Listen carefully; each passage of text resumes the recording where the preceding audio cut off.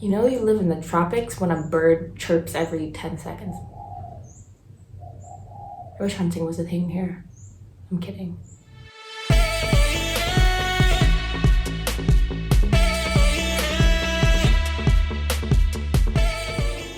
Hey guys, it's Kessari and I am a 22-year-old singer-songwriter currently based in Bangkok, Thailand.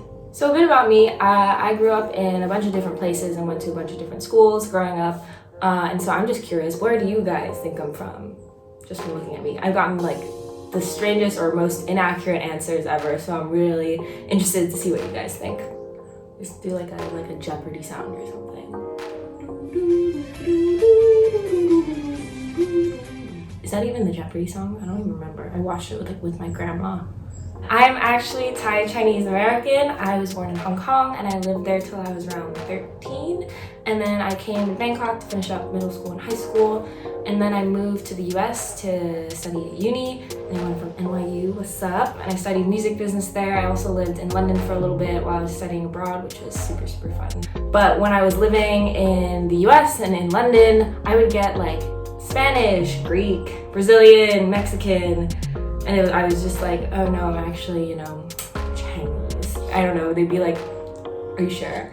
I mean, do you want to see my 23andMe test? It literally says 49.4% Chinese. It was weird because I was definitely brought up in a very Western setting despite living in Asia my whole life. Like in Thailand, for example, I'd be seen as very Western, but then when I would go to visit America when I was a kid, I would stick out like a sore thumb. For example, American football. Yeah, I didn't know that was a sport until I was like 16. Growing up, I played rugby and, normal football, the one where you actually use your foot. And so when I'd see American football on TV, I'd be like, oh, that's like a weird way of playing rugby. I don't understand why they're passing the ball forward.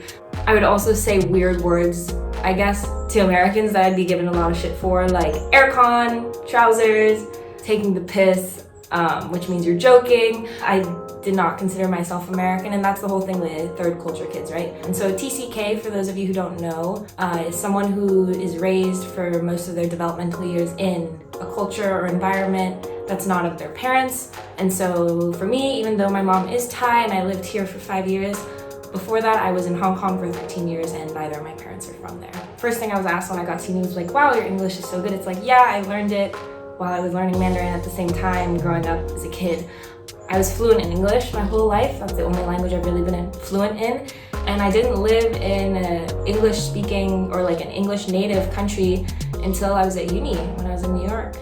There's definitely a lot of pros to being a TCK, which I'm very much grateful for. Through just going to international schools my whole life, I got to meet people from all around the world. My best friend is from Sweden. Hey, Olive. Yeah, I started writing music when I was probably 10. I loved it. Like, I couldn't really put a book down. Once I started writing a song, I could write one in literally 40 minutes and then I'd be, playing the keys, trying to figure out the chords for it. But once I got to uni, it kind of stopped. I think just adapting to living in the US, your classes, paying for rent, everything just like adulting just kind of kicked in. And so I lost track of what was really important to me and what I ultimately just wanted to do for the rest of my life. And so it wasn't until I was in London, I was studying abroad there in 2019, that I got a Secret Santa gift from one of my friends. And it was a book, it was like a little notebook that I could carry around with me in London, and basically was like, this is for, writing music, writing poetry, drawing, whatever you want to do. And I carried that book with me everywhere I went. If we were in Sweden, Ireland, Iceland, Spain, Italy, I was writing music everywhere. I had so much muse around me.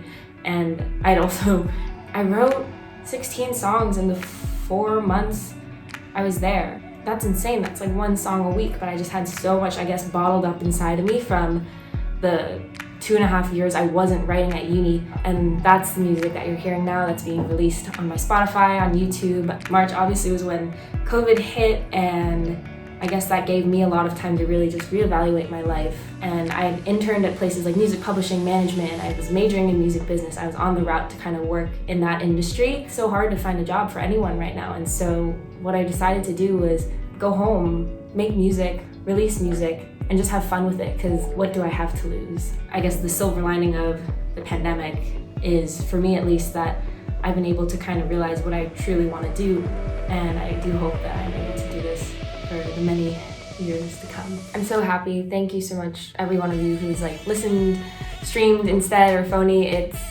made my dream to become an artist and musician a reality, and so I really couldn't be here without everyone who listened to my songs, and so thank you. I'm so grateful. I will be releasing content on this YouTube channel every week now, from vlogs like this to covers to vlogs of me around Thailand, and hopefully soon a music video. So be sure to subscribe and stay updated every Thursday. And if you guys have any suggestions of what I should be performing, what kind of you would want to see around Thailand, if you have any questions, definitely leave it in the comments below. I'll be reading all of them. And yeah, thanks so much, guys.